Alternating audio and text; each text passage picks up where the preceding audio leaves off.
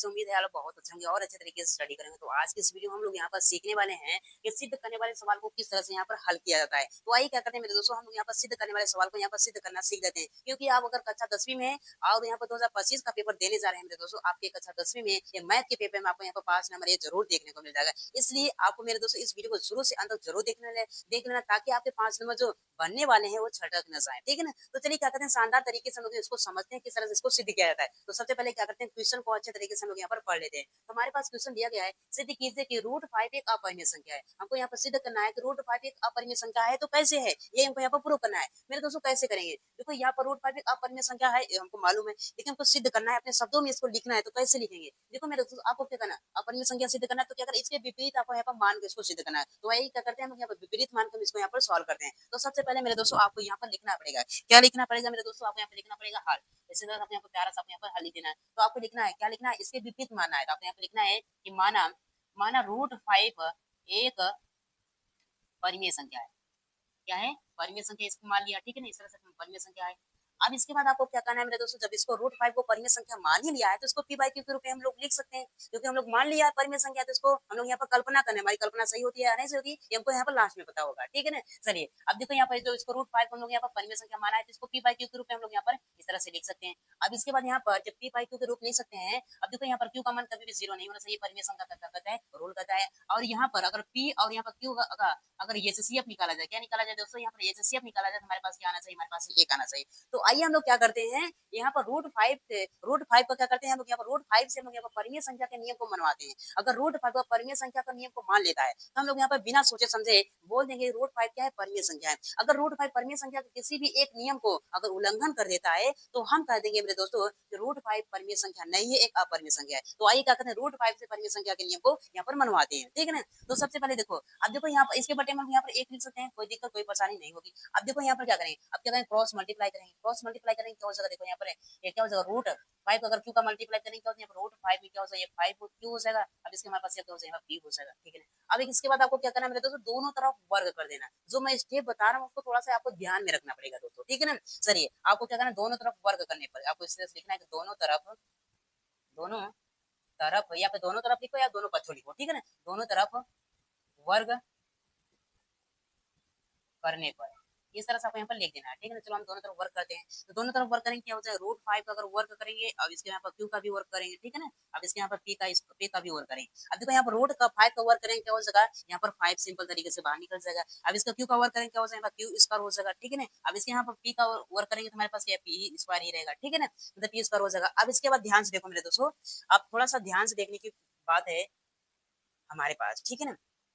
क्या है, अब देखो यहाँ पर ध्यान से, अब देखो यहाँ पर क्या है, हमारे पास यहाँ पर ये गुणा के रूप में, उधर प्रेजेंट क्या हो जाएगा, हमारे पास यहाँ पर बटे में हो जाएगा, क्या हो जाएगा दोस्तों, यहाँ पर हो जाएगा q²। अब इसके बाद हमारे पास क्या 5 गुणा के रूप में, मतलब q² के साथ गुणा के रूप में, उधर प्रेजेंट क्या हो जाएगा, यहाँ पर बटे में हो जाएगा, क्या हो जाएगा, यहाँ पर बटे में क्या हो जाएगा, 5 हो जाएगा। तो आप देख सकते हो मेरे दोस्तों, यहाँ पर देख सकते हो जो q² है 5 से पूरी तरह से विभाजित हो रहा है, क्या हो रहा है मेरे दोस्त, जो यहाँ पर p² है 5 से पूरी तरह से क्या हो रहा है, विभाजित हो रहा है। इसलिए यहाँ पर अकेला p भी क्या होगा, 5 से पूरी तरह से विभाजित होगा। तो आपको यहाँ पर देखो, जैसे मैंने क्या बोला, अगर यहाँ पर अकेला 5² अगर 5² अगर 5 से विभाजित हो रहा है तो एक 5 भी क्या हो जाएगा, यहाँ पर 5 से पूरी तरह से कट जाएगा। इसी तरह से हम बोल रहे हैं कि अगर यहाँ पर p² अगर हम 5 से कट रहा है तो अकेला p भी क्या हो जाएगा, 5 से पूरी तरह से कट जाएगा, ठीक है ना। अब इसको अपने शब्दों में लिखना, कैसे लिखना है मेरे दोस्तों, आपको यहाँ लिखना है कि p² जो है 5 से क्या है, विभाजित हो रहा है, विभाजित है, क्या है, p² 5 से विभाजित है, विभाजित है, इसलिए p भी 5 से विभाजित होगा। इस तरह से आपको यहाँ पर लिख देना है, ठीक है ना।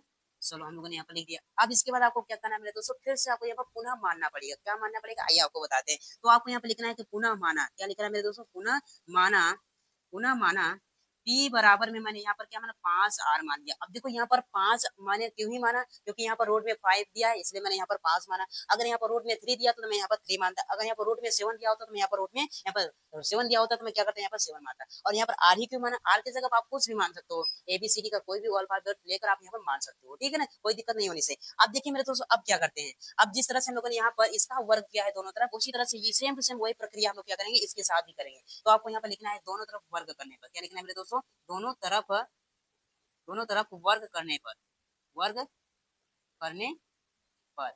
चलो दोनों तरफ वर्क करते हैं, क्या हो जाएगा, इसका पी का वर्क करेंगे क्या हो जाएगा, पी स्क्वायर हो जाएगा। अब इसके यहाँ पर 5 क्या हो जाएगा, आर स्क्वायर हो जाएगा। क्या हो जाएगा, ये 25 हो जाएगा, क्या हो जाएगा, ये 5 का वर्क करेंगे क्या हो जाएगा, 25 हो जाएगा, आर का करेंगे क्या हो जाएगा, आर स्क्वायर हो जाएगा। ठीक है ना, ये हो गया। तो आप देखो यहाँ पे इसको समीकरण 1 मान लेते हैं, क्या मानते हैं, इसको समीकरण हम लोग यहाँ पर 1 मानते हैं। अब इसके बाद देखो यहाँ पर पी स्क्वायर का मान क्या दिख रहा है मेरे दोस्तों, यहाँ पर 5 क्यू आर दिख रहा है, क्या दिख रहा है, पी स्क्वायर का मान जो दिख रहा है हमको क्या दिख रहा है, 5 क्यू आर स्क्वायर दिख रहा है। तो हम लोग क्या करेंगे, यहाँ पर लिख देंगे, तो पी स्क्वायर की जगह क्या लिखेंगे, 5 क्यू स्क्वायर लिखेंगे, क्या लिखेंगे, 5 क्यू स्क्वायर लिख देंगे। अब इसके बाद हमारे पास क्या है, हमारे पास यहाँ 25 है, क्या 25 आर स्क्वायर है। ठीक है ना, अब इसके बाद ध्यान से देखो मेरे दोस्तों, देखो 5 क्या है, यहाँ पर गुणा के रूप में उधर भेजेंगे, क्या हो जाएगा, बटे के रूप में हो जाएगा, क्या हो जाएगा, क्यू स्क्वायर बटे बराबर क्या हो जाएगा, पी 25 आर स्क्वायर हो जाएगा। अब इसके बाद यहाँ पर देखो बटे में क्या हो जाएगा, हमारे पास यहाँ पर ये 5 होगा, इसको काटेंगे तो क्या हो जाएगा, 5 में 25 हो जाएगा। हमारे पास क्या बचा, हमारे पास क्यू स्क्वायर बराबर क्या होता है, 5 आर स्क्वायर। ठीक है ना, अब इसके बाद ध्यान से देखो मेरे तो देखो 5 क्या है, यहाँ पर आर स्क्वायर के साथ गुणा के रूप में इधर भेजेंगे तो क्या हो जाएगा, बटे के रूप में हो जाएगा। तो आप देख सकते हैं यहाँ पर क्यू स्क्वायर बटे में क्या हो जाएगा, हमारे पास यहाँ पर 5 हो जाएगा। ठीक है ना, तो हमारे पास क्या बचा, हमारे पास आर स्क्वायर मिले।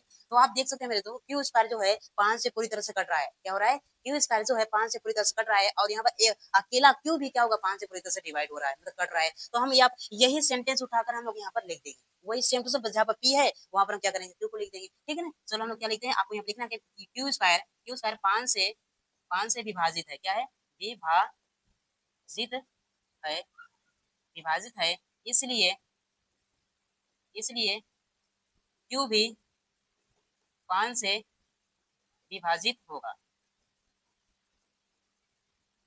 होगा। ठीक है ना, इस तरह से हमारा ये हो गया, प्रूफ हो गया। ठीक है ना, आप देख सकते हैं मेरे दोस्तों, मतलब यहाँ पर देखो, यहाँ पर हमने क्या बोला था, P और Q का एचसीएफ क्या होना चाहिए, हमारे पास यहाँ पर P और Q का एचसीएफ हमारे पास क्या होना चाहिए, हमारे पास यहाँ पर एचसीएफ हमारे पास क्या आना चाहिए, हमारे पास यहाँ पर 1 आना चाहिए। लेकिन आ कितना रहा है, आप देख सकते हो, देखो यहाँ पर P को 5 काट रहा है, और यहाँ पर Q को भी यहाँ पर क्या काट रहा है, हमारे पास 5 काट रहा है। मतलब यहाँ P और Q का एचसीएफ हमारे पास क्या मिल रहा है, हमारे पास यहाँ पर क्या हो रहा है, हमारे पास यहाँ पर 1 आ रहा है, मतलब 5 आ रहा है। मतलब यहाँ पर जो √5 है, जो यहाँ पर √5 है, परिमेय संख्या के नियम को उल्लंघन कर दिया। कैसे उल्लंघन किया, क्योंकि यहाँ पर P और Q का एचसीएफ हमारे पास क्या आना चाहिए, हमारे पास यहाँ पर 1 आना चाहिए, लेकिन आया कितना, 5 आया। तो इसलिए क्या हो गया, ये हमारी गलत, जो हमारे हम लोग यहाँ पर जो कल्पना किया, हमारी क्या हो गई, यहाँ पर असफल हो गई। तो आपको लिख देना है, क्या हुआ, आपको लिख देना है कि अतः अतः हमारी गलत कल्पना के कारण हुआ है। ठीक है, नहीं आपको यहाँ पर लिख देना, अतः हमारी क्या हो, गलत कल्पना के कारण हुआ है, अतः कल्पना के कारण हुआ है।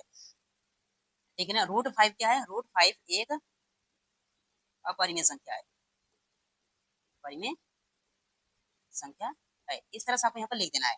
तो ये हमारा क्या होता है, हमारा प्रश्न क्या होता है, हमारा सिद्ध होता है। इसी तरह से आपको यहाँ पर कुछ मिल जाए मेरे दोस्तों, यहाँ पर √5 की जगह पर आपको यहाँ पर 3 मिल जाए, 2 मिल जाए, 7 मिल जाए, 11 मिल जाए, कुछ मिल जाए, बस इसी स्टेप को आपको यहाँ पर फॉलो करना है, बस आपका क्वेश्चन क्या हो जाएगा, सिद्ध हो जाएगा। तो उम्मीद करता हूँ मेरे दोस्तों आपको यहाँ पर क्वेश्चन नंबर यहाँ पर ये 2 बहुत अच्छे तरीके से समझ में आएगा। अगर मेरे दोस्तों ये प्रश्न आपको समझ में आएगा मेरे दोस्तों, एक लाइक कर दीजिए, और चैनल पर नया तो चैनल को जरूर सब्सक्राइब कर लीजिएगा, और अपनी राय कमेंट बॉक्स में जरूर देना। तो चलिए मिलते हैं एक और नए वीडियो, तब तक के लिए जय हिंद, वंदे मातरम।